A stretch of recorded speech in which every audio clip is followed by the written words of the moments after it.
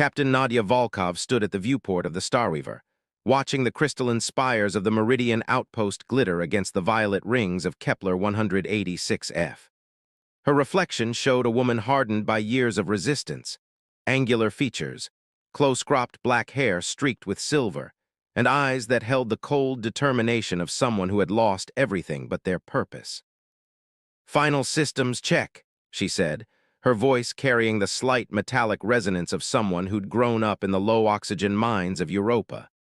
Behind her, the bridge crew worked with practiced efficiency.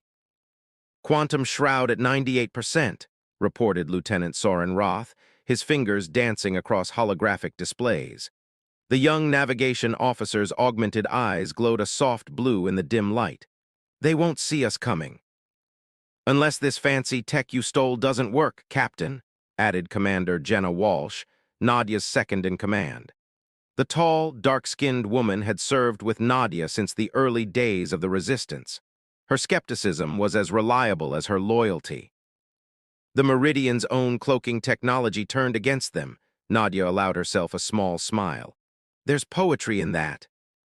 The Starweaver itself was a testament to human ingenuity.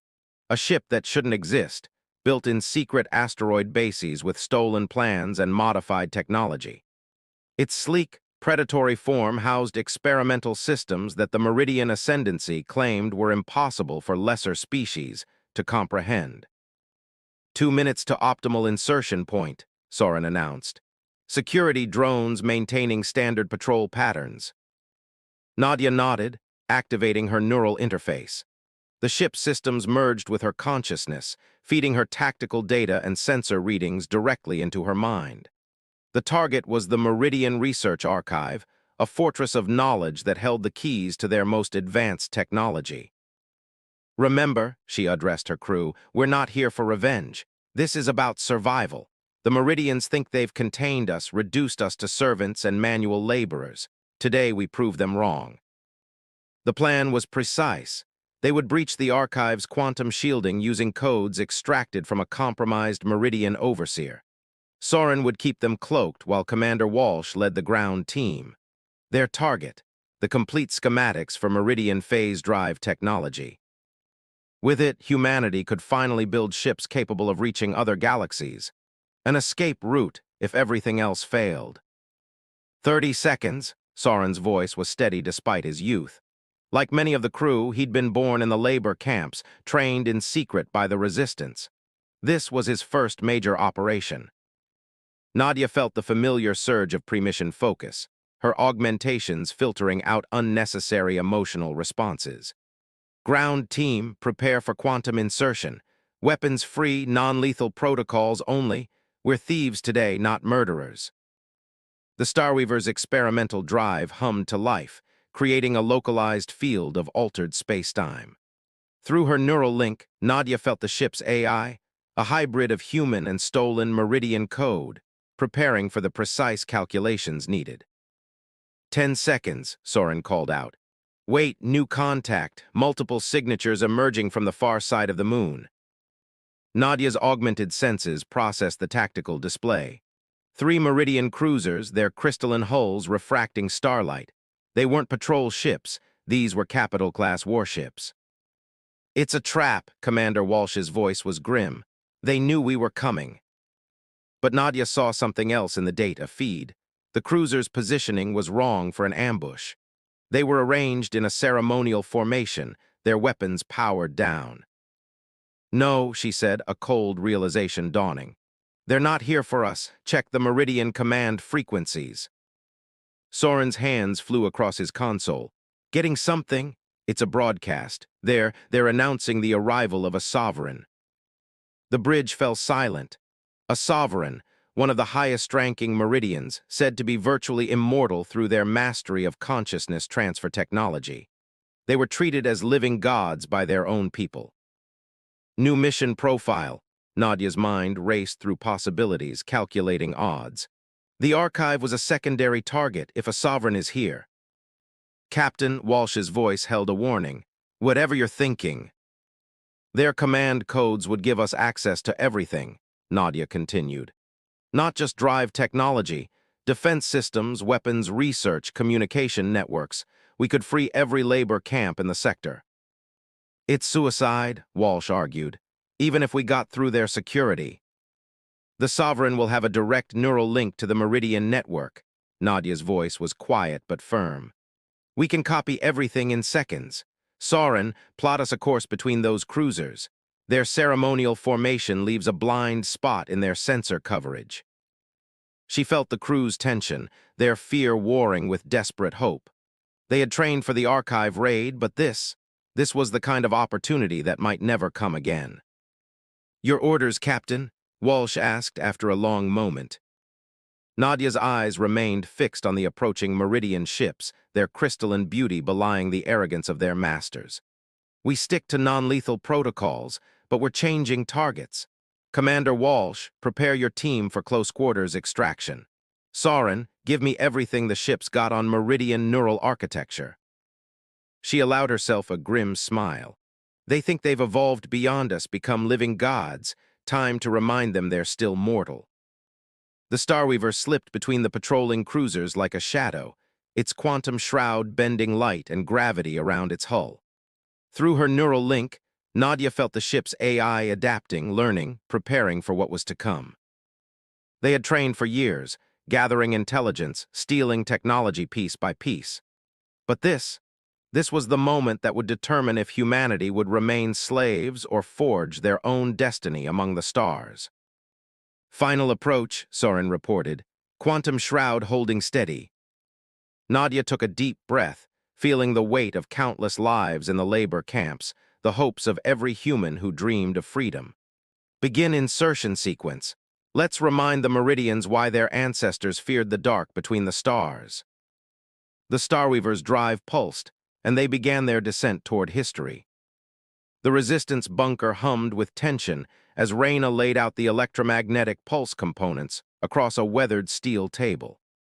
2 weeks had passed since the discovery of the military installation, and trust remained as fragile as the ancient technology they'd salvaged. The principle is simple, she explained to the gathered resistance leaders, her fingers tracing the mechanical triggering mechanism. No quantum circuits, no AI assistance, just pure electromagnetic disruption generated through kinetic energy. From the corner, Jackson Reed, the Resistance's head of operations, watched with skeptical eyes. His scarred face betrayed decades of fighting the Nexian Empire, and his voice carried the weight of hard-earned caution. And we're supposed to believe our new allies won't transmit this information back to their masters.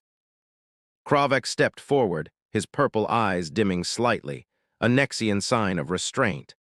If we wanted to betray you, we wouldn't have spent the last 2 weeks helping decode the weapon schematics. He's right, Nyria added, her blue eyes scanning the room. These weapons are exactly what we needed. The Empire's quantum shielding is useless against mechanical triggers. They never bothered developing defenses against something so primitive. The word primitive hung in the air, carrying both hope and insult. Reyna quickly intervened before tensions could escalate. Look at this, she said, activating one of the smaller devices they'd recovered. The pulse generator hummed to life, its copper coils spinning without any digital assistance. A nearby quantum tablet, standard Imperial technology, flickered and died. The demonstration had its intended effect. Murmurs of appreciation rippled through the room. We've modified the original designs, Reyna continued. Smaller, more mobile units that can be carried by individual fighters, but we need more. We need to start manufacturing these, and for that we need your help. Jackson stepped closer, examining the device with newfound interest. Manufacturing without modern facilities, without computer assistance. That's exactly why it will work, Kravek explained. The Empire monitors all digital manufacturing signatures, but mechanical assembly, handcrafted components, they stopped looking for those centuries ago. The meeting dissolved into planning sessions, with Resistance members clustering around different aspects of the project. Reyna found herself working alongside Nyria, adapting the pulse generator designs for mass production. Your people are more capable than the Empire believes, Nyria observed quietly, watching humans quickly grasp the mechanical principles. They see only what was lost in the invasion, not what remained. Reyna nodded, remembering her own journey from quantum engineer to resistance fighter. Sometimes losing everything forces you to remember what you had all along. As the days passed, the bunker transformed into a covert manufacturing facility. Old machine shops, abandoned during the invasion, were secretly reactivated. The Resistance's network expanded, connecting with other cells through old-fashioned radio waves and physical messengers, communications the Empire's quantum sensors couldn't detect. But success brought its own challenges. During a late-night planning session, Kravak revealed disturbing news. Imperial patrols are changing their patterns. They're searching for something specific. "They know we took the weapons?" Reyna asked, studying the hand-drawn patrol maps. "No," Nyria interjected, her tactical training evident in her analysis. "But they've detected an absence of digital signatures in certain areas, like shadows in their surveillance network. They don't know what it means, but it worries them." Jackson, who had gradually come to accept their Nexian allies, frowned. "Then we need to move faster. How many units are combat-ready?" 37, Reyna reported, "with components for at least 50 more, but we need to test them under real conditions." The opportunity came sooner than expected. 3 days later, a resistance scout reported an Imperial supply convoy moving through their sector. The convoy's quantum shields would be useless against their new weapons. "It's too soon," Jackson argued during the hastily called meeting. "We're not ready for open confrontation." "We're ready enough," Kravak countered. "A small team, a precise strike. We need to know if these weapons work in actual combat." Reyna studied the convoy route, seeing the perfect ambush point. "We take out their shields, disable their weapons, and disappear. No prolonged engagement." The plan was set. As Reyna prepared her gear, she found Nyria waiting by the bunker's exit. The Nexian's blue eyes held an unusual intensity. "There's something you should know," Nyria said softly. "The Empire. They're developing new detection systems, trying to adapt to the shadows in their network. We may not have as much time as we thought." Reyna absorbed this news, feeling its weight settle alongside her other burdens. "Then we make this count. We show them that sometimes the oldest shadows are the deepest." The strike team moved out under cover of darkness, 6 humans and 2 Nexians, carrying weapons that belonged to another age. Above them, Imperial drones patrolled with their quantum sensors, blind to the mechanical threat gathering below. As they took their positions, Reyna caught Kravak's eye. The former Imperial commander nodded slightly, understanding passing between them. They were all pioneers now, forging a new path between the Empire's future and Earth's past. The convoy approached, its quantum shields shimming like artificial aurora. Reyna's hand tightened on her pulse generator, feeling the weight of history and hope in its simple mechanical frame. The Resistance was about to announce its presence to the Empire, not with a quantum signature, but with the sound of gears turning in the dark. The Imperial convoy's quantum shields cast rippling patterns across the broken asphalt as Reyna counted down the seconds. Beside her, Kravak's purple eyes tracked the lead vehicle's movement, while Nyria signaled silently to the teams hidden along the route. "Remember," Reyna whispered into her analog radio, "sequential pulses. Don't fire everything at once." The Resistance fighters acknowledged with clicks, no voices to betray their position. The convoy entered the kill zone, 3 heavily armed transports flanked by hovering Sentinel drones. Through her binoculars, Reyna could see the Imperial guards inside, their silver-toned faces confident behind their quantum-enhanced armor. They had no reason to fear an ambush, not here, not from the primitive humans they'd conquered. Jackson's voice crackled through the radio. "First team ready." Reyna raised her hand, then dropped it. The first pulse generator activated with a mechanical whir, sending invisible waves of disruption across the street. The effect was immediate and beautiful. The lead transport's shields flickered and died, its quantum systems shorting out in cascading waves of failure. "A second team," she commanded. Another pulse, this one targeting the drones. They dropped from the sky like dead insects, their advanced AI cores reduced to useless crystal. The Imperial guards shouted in confusion, reaching for weapons that no longer functioned. "All teams execute." The resistance struck from multiple positions, their retrofitted projectile weapons, another relic from humanity's past, tearing through the now vulnerable transport armor. Kravak led the ground assault, his intimate knowledge of Imperial tactics turning their own procedures against them. "They're trying to call for reinforcements," Nyria reported, monitoring a salvaged Imperial communications scanner. "But the pulse field is blocking all quantum transmissions." The battle was swift and decisive. Within minutes, the convoy lay disabled, its cargo of quantum processing cores ripe for the taking. But as Rayna approached the lead transport, she noticed something odd about the Imperial Guard's reactions. They seemed almost prepared for this possibility. "Kravak," she called out, "look at their secondary weapons." The Nexian deserter examined the fallen guard's equipment, his expression darkening. "Mechanical backups. They're learning, adapting to our tactics." "We need to move faster," Jackson insisted, already organizing teams to salvage what they could. "Word of this attack will reach Imperial Command as soon as the pulse field fades." Rayna helped load the captured quantum cores into their vehicles, old combustion engine trucks that were immune to electromagnetic disruption. But her mind was racing, analyzing the implications of the Imperial Guard's backup weapons. Later in the Resistance bunker, the leadership gathered to assess the operation's impact. The mood was celebratory, but Rayna noticed both Kravak and Nyria remained reserved. "The Empire won't underestimate us again," Nyria explained, spreading out a map marked with Imperial patrol routes. "They're already adjusting their security protocols. The next convoy will be better prepared."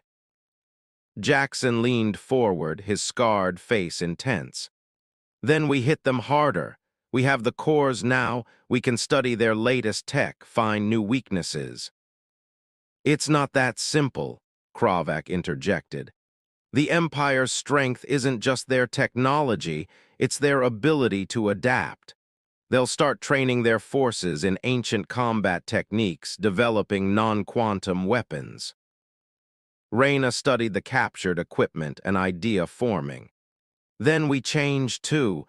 We need to expand our operation, connect with other resistance cells. The Empire thinks globally, we need to think bigger."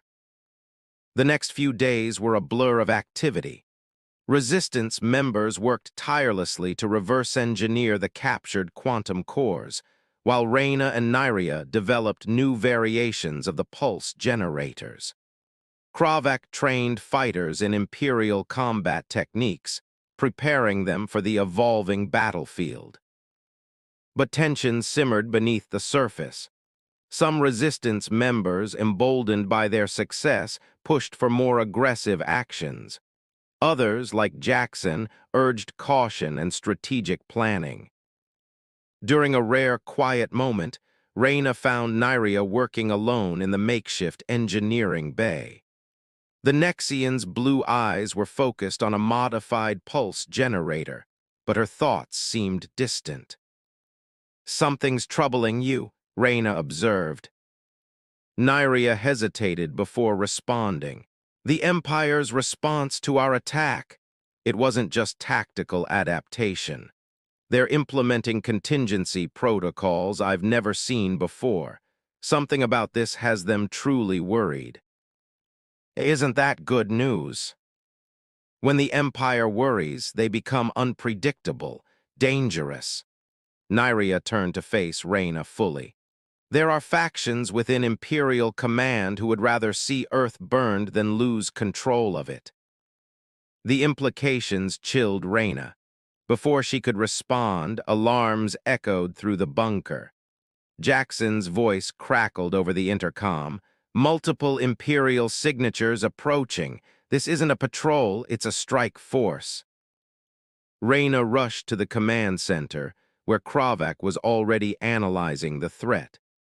6 heavy assault crawlers supported by atmospheric gunships. They're not trying to be subtle anymore. How did they find us? Jackson demanded.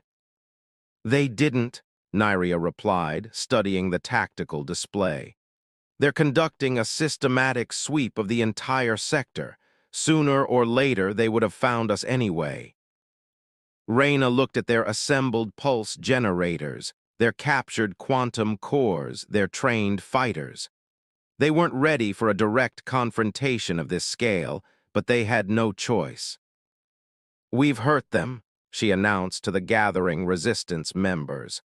We've shown them that humanity isn't defeated. Now we show them we can't be crushed. As the bunker erupted into battle preparations, Reyna caught Kravak's eye.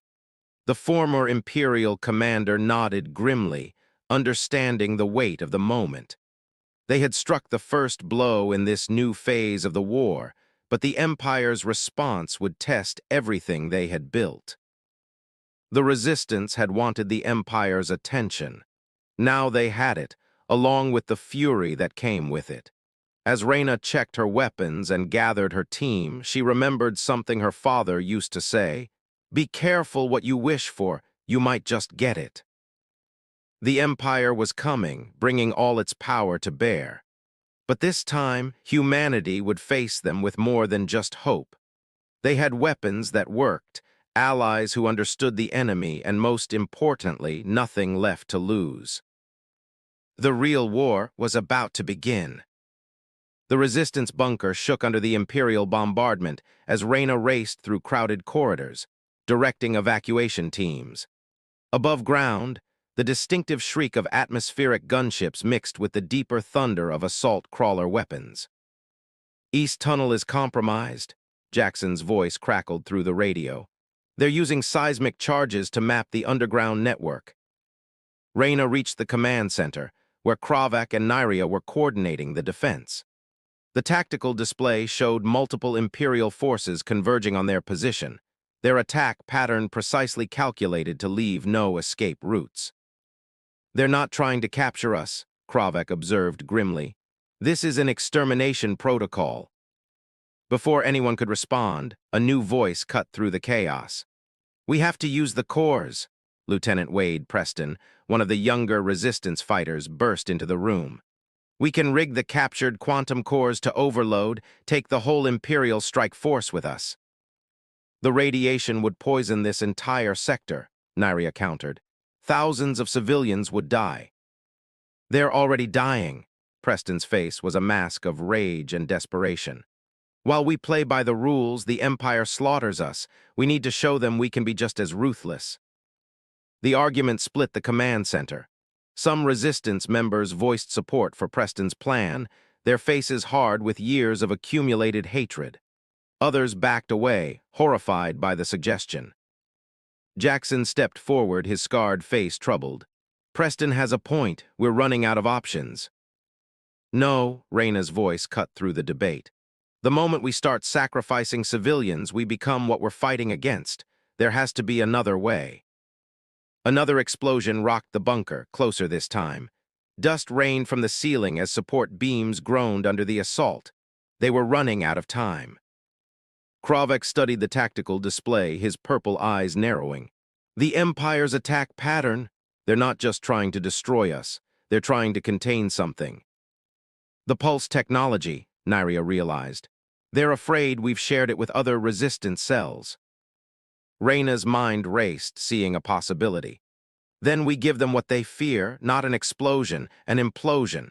We turn their own containment protocol against them. Working quickly, she outlined her plan. Instead of overloading the quantum cores, they would use them to amplify their pulse generators, creating a massive electromagnetic vacuum. The Empire's forces, trying to maintain their containment field, would be drawn into their own trap. It could work, Kravak confirmed, but we'd need perfect timing, and we'd have to manually trigger the pulse array, no automation. Preston wasn't satisfied. This is exactly why we keep losing. We worry about elegance while they pound us into dust.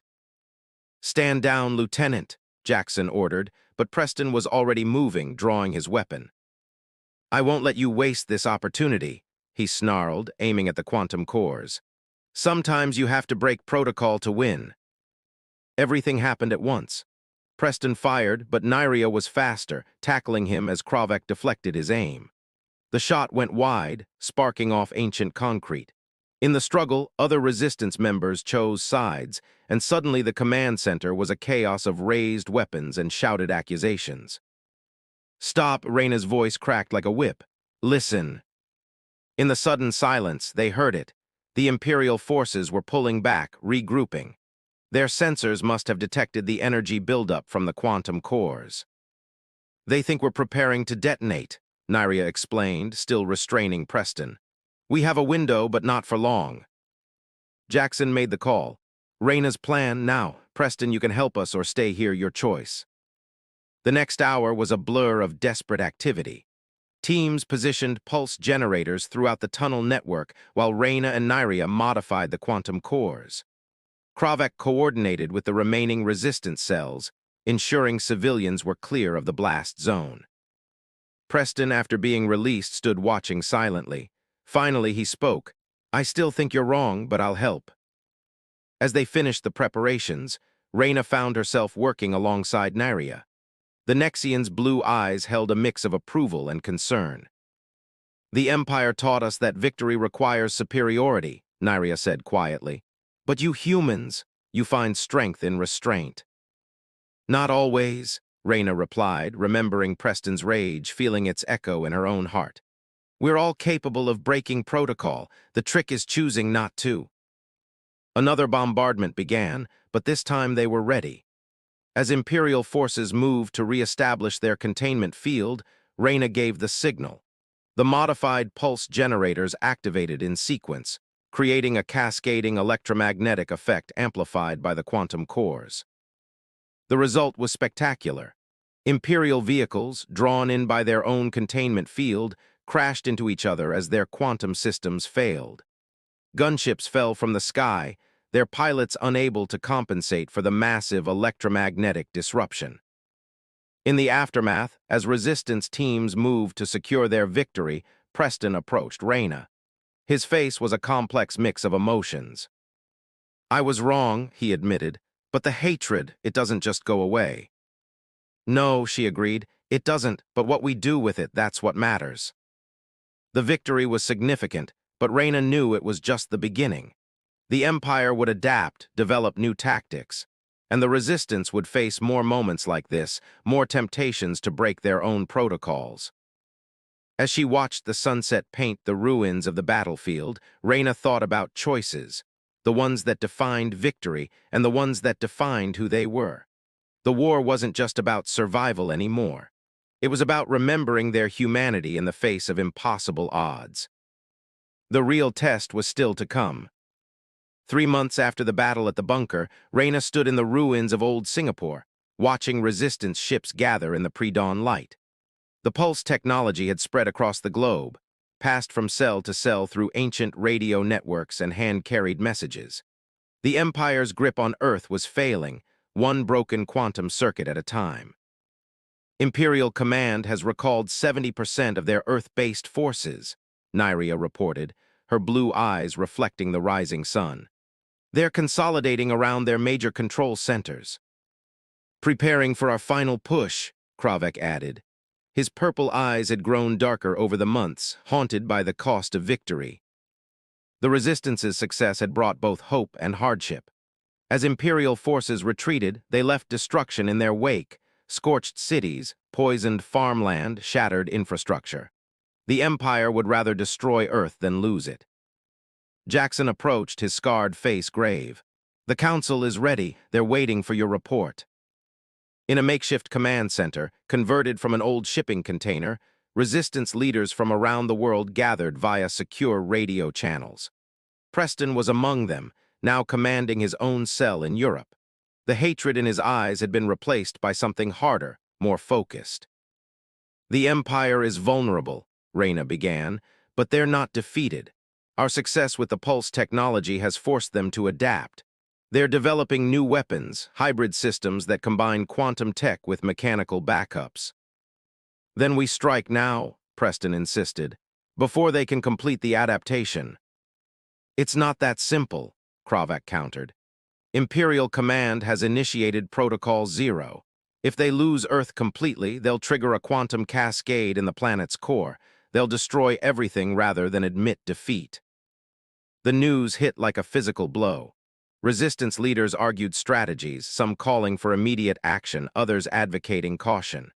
The old debate resurfaced. How far would they go to win? What lines wouldn't they cross? But Reyna had been preparing for this. With trembling hands, she unveiled the project she, Nyria, and a team of engineers had been working on in secret. We call it the Dawn Frequency, she explained. A modification of our pulse technology that doesn't just disable quantum systems, it converts them, forces them to resonate at frequencies they were never designed to handle. Understanding dawned in Kravak's eyes. You're not trying to destroy their technology, you're trying to change it. The Empire's quantum network is interconnected, Nyria added. If we can trigger the conversion at their main control centers simultaneously, it will cascade through their entire system. Their weapons, their ships, their very means of controlling Earth, all transformed. Into what? Jackson asked. Into something new, Reyna replied. Neither purely quantum nor purely mechanical. A hybrid technology that requires both species to operate. We don't just win the war, we make it impossible to maintain the old power structure.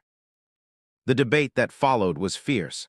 Some leaders feared the risk, others the change itself. Preston surprised everyone by supporting the plan. I wanted to destroy them, he admitted. But maybe transformation is a better revenge. The operation would require perfect coordination. Resistance cells worldwide would need to strike simultaneously, placing Dawn frequency devices at key Imperial control points. The slightest mistake would alert the Empire to their plan. As teams prepared for the mission, Reyna found herself standing with Kravak and Nyria, watching the sunrise. The former Imperial commanders had become more than allies. They were a symbol of what might be possible.